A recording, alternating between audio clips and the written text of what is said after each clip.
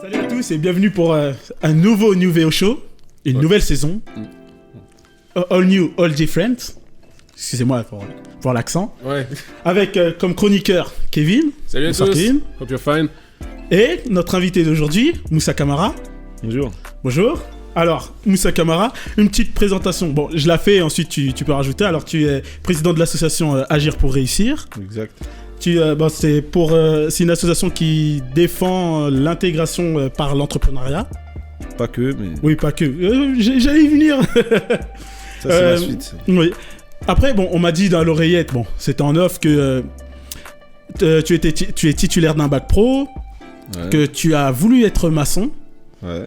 Comment je sais bon les sources. Et tu as lancé ton entreprise de dépannage télécom Ouais, en 2007. et une association Ouais, en 2007. En, même en temps. 2007. Ça fait longtemps. Hein. Ça fait longtemps. Ça va bientôt faire 10 ans. D'accord. Et la motivation principale, quelle a été? La détermination. La détermination. L'envie de s'en sortir. Et l'envie de faire en sorte que les gens autour de nous puissent s'en sortir aussi. Ça a été beaucoup ça. C'est pas mal. Ouais, c'est Ouais, pas c'est mal. bien. Après, pour revenir sur Agir pour réussir, c'est une association que j'ai créée avec des amis en 2007 dans un quartier qui s'appelle La Croix-Petit à Cergy. Et en fait, c'était un quartier qui était en pleine rénovation urbaine, qui rencontrait pas mal de problématiques sociaux. Et finalement, on a été quelques-uns à se dire, voilà, il fallait on change la dynamique et créer une dynamique positive. La motivation principale, c'était la rénovation urbaine qui a été Ça a été, faite ouais, sans aucune concertation. c'est ça? exactement, ça a été pris sans aucune concertation. Pour vous dire, nous, à l'époque, quand on nous annonce que le quartier allait être détruit, on n'y croyait pas vraiment. Mais après, quand on a vu les tracteurs et tout commencer à rentrer et que certains avaient commencé à déménager dans d'autres quartiers voisins de Cergy, on s'est dit, concrètement, ça se fait vraiment. Nous, on voyait ça un peu dans les articles, quelques réunions publiques tard le soir, organisées par la mairie. Le voyage aux États-Unis ne t'a pas aussi un peu. Ça, c'est venu après, en fait. Mais la première motivation, c'était, voilà, dans notre quartier, ça fait des années, il y a des difficultés sociales qui se réunissent. Qu'est-ce qu'on peut faire, nous, pour améliorer et changer un peu les conditions de vie des habitants de nos quartiers? Et ça a été l'association. Et de cette association, comme je l'ai dit, c'est tu sors de ton quartier, tu commences à rencontrer des gens, tu commences à parler, discuter avec des gens qui font aussi des choses sur leur territoire. Tu t'es invité à telle et telle intervention, à tel et tel débat, à tel et tel événement. Mais de là... La dictée des cités, ça a aidé ou pas? On a rencontré la dictée des cités, c'est un concept qu'on a mis en place il y a même pas une semaine, hein, c'était la semaine dernière. Ça contribue en fait. Moi, c'est Abdellah Boudour qui est l'initiateur de la dictée et qui a fait plus de 74 dictées dans plusieurs villes de France. Et c'est vrai que moi, en le connaissant, en discutant avec lui, en voyant ses actions, je me suis associé avec une association à Cergy, 95 000 initiatives, pour qu'on mène cette opération à Cergy. Pour moi, c'est important de booster ce genre d'initiative. Mais seulement pour dans Cergy. nos territoires. Il le fait un peu partout. Mais c'est vrai que nous, en tant qu'habitants et moi, en tant qu'originaire de Cergy et attaché à ma ville, c'est important qu'on le fasse dans ma ville. Kevin, C'est le pas premier trop- de la classe, tu aurais fait des fautes? Premier là, je sais pas. Non, c'est le latin qui m'a aidé à plus faire de fautes, en fait. Ah, c'est vrai que ça aide. Ouais, c'est vrai que maintenant, malheureusement, le latin, on le prend pas trop, parce que je sais pas. Tu sais, le fait de dire rosa rosae, enfin, c'est un truc un peu chelou, tu vois, c'est un concept un peu chelou, je peux comprendre. Mais ça peut aider. Non, on va parler du présent, en fait. Ouais. Non, parce que Non, mais oui. non, parce que je vois qu'on parlait surtout de tes projets passés, concernant la fondation de l'association, Ouais. ton envie d'entreprendre, etc. Exactement, voilà. Et je voulais savoir, le concept principal, enfin ta réponse guidera aussi mon autre question, mais le concept principal de cette association qui veut aider l'entreprise. C'est les déterminés. C'est-à-dire Les déterminés, c'est une association que j'ai créée il y a 2 ans. Alors là, c'est suite à une rencontre avec Pierre Gatlas, qui est le président du MEDEF, où voilà, on s'est rencontrés il y a 3 ans. Moi, le MEDEF, je connaissais pas vraiment ce que c'était. Voilà, je savais que c'était les entreprises, mais sans plus. Et c'est vrai qu'on a eu une discussion, on a échangé.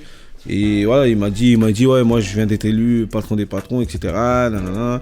Et voilà, pour moi, l'entrepreneuriat, ça doit être un levier pour faire en sorte que notre jeunesse puisse réussir dans notre pays.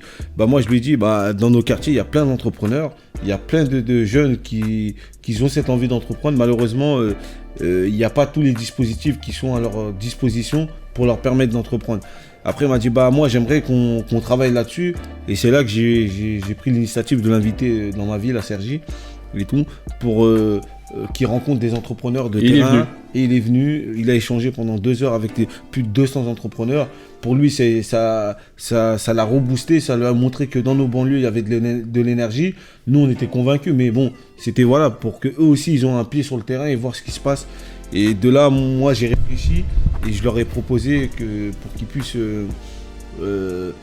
avec nous, créer un concept pour faire en sorte que des jeunes qui ont une envie d'entreprendre, qu'ils ont cette volonté, même s'ils n'ont pas forcément l'idée, le projet, les compétences, l'expérience entrepreneuriale, peu importe, nous ce qui nous intéressait, c'est pas le projet du jeune, c'est la personne, et c'est sa détermination, sa réelle envie de pouvoir aller jusqu'au bout d'un projet et le porter. Donc on a mis en place la première formation de déterminée qui a eu lieu en 2015. On a sélectionné 15 jeunes sur ce critère qui est la détermination, la disponibilité, et on les a accompagnés sur toutes les étapes en fait de l'entreprise et de l'entrepreneuriat, c'est-à-dire du développement personnel à l'intelligence collective, au business plan, à l'étude de marché, au financement, au statut juridique. Il y a plein de termes compliqués là. Tous ces Enfin, termes, pour ceux en qui fait, sont pas initiés, c'est assez compliqué comme. en fait, c'est de A à Z de toutes les étapes de l'entrepreneuriat pour développer un projet. D'accord. Et je suis allé aux États-Unis pour un stage. À l'époque, 1 mois et demi, avec une fondation, etc. Et tout. Et quand je suis allé là-bas, pour moi, c'était la première fois déjà je mettais les pieds dans un pays occidental, en dehors de la France. Déjà pour moi, c'était une première. Je vais souvent en Afrique. Moi, mes parents ils sont originaires du Mali, donc j'allais souvent en Afrique. J'ai voyagé un peu en Afrique, mais c'est vrai que sortir de la France pour aller dans un autre pays occidental, ça ne m'était jamais arrivé. Les États-Unis, c'était le premier. Et quand je suis allé là-bas, moi, on parlait du rêve américain. Tu l'as vécu Moi, je ne l'ai pas vécu. Non, mais est-ce que tu l'as ressenti ? Je l'ai même pas... En fait, je l'ai senti, mais ce que aussi j'ai vu de l'autre côté, ça m'a remis en question, en fait. Ouais. Ce qu'on essayait de nous vendre. Parce que moi, je faisais un stage à 10 minutes de la Maison Blanche, à pied. J'étais avec un Américain... Johnson sénégalais qui était d'origine sénégalaise. D'accord. Et qui était à la tête d'une grande fondation qui s'appelait Facetalk à l'époque et qui avait même ramené le père de Barack Obama aux États-Unis parce que c'est une fondation qui recherche des leaders à travers le monde et qui essaie de les faire émerger. Et moi, j'avais la chance de faire un stage là-bas et le responsable, c'était un Sénégalais qui avait émigré aux États-Unis et qui était lui le responsable de cette fondation. Et de là, je me suis dit, voilà, en réalité, peu importe, là-bas, tant que tu es bon, tu peux monter de compétences, tu peux y arriver et tout. Et un jour, j'ai demandé à un gars avec qui je faisais un stage, qui s'appelait Curtis, de me ramener aussi dans les quartiers, voir comment... je voulais voir la différence, en fait, dans les prisons entre nous et eux. Et les quand prisons, je suis carrément. même dans les prisons, dans les quartiers déjà, il me montrait un peu le travail social qu'il faisait lui auprès des populations dans les ghettos là-bas. Et à 10 minutes de Washington, hein, du centre, hein, de la Maison Blanche, etc., en voiture, on y allait. Et ce que j'ai vu là-bas, en réalité, j'étais spectateur du désespoir. J'ai jamais été confronté à un tel désespoir. Ou quand tu grandis dans ces territoires-là, une fracture, hein, deux mondes différents. De l'autre côté, le rêve américain, tu peux monter, tu peux réussir, peu importe d'où tu viens, qui tu es, quelle religion, tant que t'es bon, tu montes. Mais de l'autre côté, d'être confronté à une telle souffrance, à une telle difficulté où tu pouvais pas t'en sortir. Parce que la situation sociale là-bas, il n'y a pas de juste milieu comme nous. Ah, nous, ouais. là-bas, c'est vraiment soit tu réussis, soit tu es dans la merde. Donc moi, quand j'ai vu tout ça, je me suis dit, en réalité, nous, en France, on est bien quand même. Je me suis dit, on est bien à se poser la question de me dire, on est très très bien. Pourquoi ? Parce qu'on n'a jamais été confronté à des difficultés comme eux, ils sont confrontés. Et c'est là que je suis revenu en France avec un autre état d'esprit, parce que partout, je suis allé dans tous les quartiers, même dans les pires quartiers en France, dans le ghetto, je suis allé à 10 minutes de la Maison Blanche, j'ai jamais été confronté à ça en France. Eux, il n'y avait plus d'espoir. Les jeunes, ils savent que leur vie, ça va être comme ça. Et même les générations qui viennent après, et il y en a quelques-uns qui viennent avec quelques fondations pour essayer de faire des choses, mais c'est pas ça qui va faire en sorte qu'ils vont s'en sortir. Et on a commencé à travailler sur l'idée de l'insertion professionnelle, pour revenir à ta question. Moi, tout de suite, dès qu'on a commencé à travailler sur l'insertion professionnelle, avec les responsables de l'association, on a commencé à se rapprocher des missions locales, de Pôle emploi, etc., de voir qu'est-ce qu'ils avaient à proposer et tout. Et tout de suite, on a été déçus. Pourquoi ? Il y avait une fracture. Parce que nous, on redonnait de l'espoir à nos jeunes. Ils revenaient avec de la confiance. On les aidait à rédiger des CV, des lettres de motivation. On les envoyait à ces dispositifs mission locale pour l'emploi. Forcément, ils revenaient frustrés. Pourquoi ? Parce qu'ils n'avaient pas compris ou on ne les avait pas compris en face. Donc, ça les démotivait. Et on s'est dit, nous, aujourd'hui, voilà, soit... Et on a compris, après, on ne comprenait pas au début. On a compris, en fait, que eux, la manière comment ils travaillaient avec les jeunes, c'était pas forcément la bonne manière. C'était pas la bonne méthode. Donc, nous, on s'est dit, on va changer cette stratégie d'alliance et on va travailler directement avec les partenaires et les entreprises. Mais, pour venir, tu me dis, pourquoi on s'est occupé de l'entrepreneuriat et pas du salariat ? Parce qu'à un moment donné, quand tu as le marché du travail qui devient de plus en plus compliqué et que tes CV, tu n'arrives pas à les replacer, tu dis à un moment donné que quand il n'y a plus d'emploi, qu'est-ce qu'on fait ? On baisse les bras, on ne fait plus rien. Bah non, bah nous, on a une autre physiologie, on a une autre vision, c'est de créer ton propre emploi. Ce qu'on dit, nous, on ne dit pas que tout le monde peut devenir entrepreneur. On ne vend pas du rêve. Mais ce qu'on dit, nous, c'est que le jeune qui a une vraie volonté, une envie et une fibre entrepreneuriale, qui a un projet qu'il veut le mettre en place, il faut qu'on arrive à lui donner tous les moyens nécessaires pour qu'il puisse y arriver. Bon, on ne va pas régler tout sur la question du salariat. Nous, on ne veut pas opposer le monde du salariat à l'entrepreneuriat. Au contraire, il y a des formes de synergie, il y a des choses qu'il faut coordonner, qu'il faut mettre ensemble. Et c'est ça que nous, on essaie de faire. Tu veux devenir entrepreneur ? Ok, on va t'aider à devenir entrepreneur. Tu veux être salarié ? Ok. Ben, on va te former pour que tu sois un très bon salarié et pour que tu puisses évoluer. Donc, pour finir, c'est une petite dernière question, c'est parce que tu parlais de vendre du rêve, ce genre de choses. Ben, moi, je pense que ce rêve a été ton cauchemar quand tu m'as dit que tu préférais Dragon Ball à One Piece. Moi, je suis un très très grand fan de Dragon Ball Z et depuis tout petit, j'ai suivi toujours. Je suis encore, je regarde, là, je suis encore dans les épisodes de Dragon Ball Z Super. Tu vois, on est dedans. Dedans. Bah, après One Piece, je peux comprendre qu'il y a beaucoup de fans de One Piece. Non, attends, il faut avertir qu'ils vont être offensés là. Je pense que Dragon Ball Z, plus particulièrement, c'est le meilleur manga qui a existé depuis des décennies et des décennies.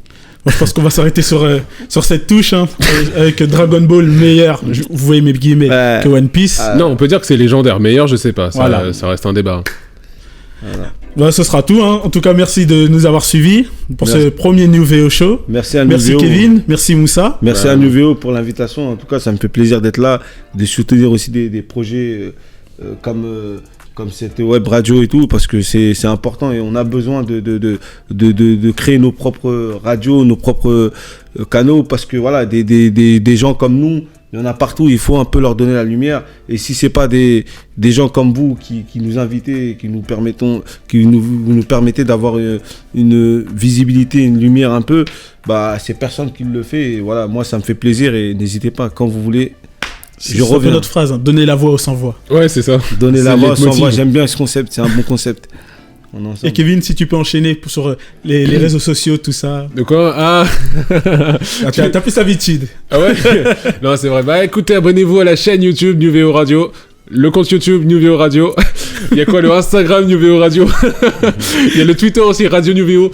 Et est-ce que Moussa, t'as une page est-ce que t'as des pages et tout à partager? Ouais. Bah, là, il y a la page, la page AGPR, Agir pour réussir, de l'association. Il y a aussi la page des déterminés. Il y a le Twitter aussi, Agir pour réussir. Le Snapchat. Il n'y a pas encore Snapchat? Non, il n'y a pas encore Snapchat. Ah, dommage. Mais voilà. Prochainement. Tu sais, en 10 secondes, tu montres les étapes de l'entrepreneuriat. En 10 secondes. Non, mais c'est 10 secondes les vidéos, tu sais. En 10 secondes, tu montres les premières étapes. Ouais. Remplir le CV, clac. Et si tu l'as raté, tu peux plus le voir. Remplir le numéro SIRET, tu vois, clac. C'est un concept, on devrait tu vois, je te glisse des idées comme ça. Ah ouais. J'attends mon pourcentage. Comme ça, je te conseille de ne pas suivre Kevin si tu veux que... Non, t'inquiète, j'ai mon si tu veux business. agir pour réussir. Non, mais t'inquiète, j'ai mon business et tout. Ok. Voilà. Quant à nous, on se donne rendez-vous vendredi dans 2 semaines. Voilà, et quant à moi, on se retrouve dans Selecton Music parce qu'il faut bien que je fasse ma pub pour l'émission que j'anime. Hein.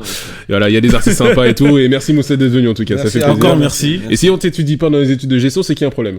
Parce que franchement, ton concept, il est assez nouveau et il faudrait qu'on étudie ce genre de cas dans les dossiers, dans les programmes et tout. On va le faire, t'inquiète. Bah écoute, il faut forcer. Quant à nous, on se retrouve vendredi dans 2 semaines.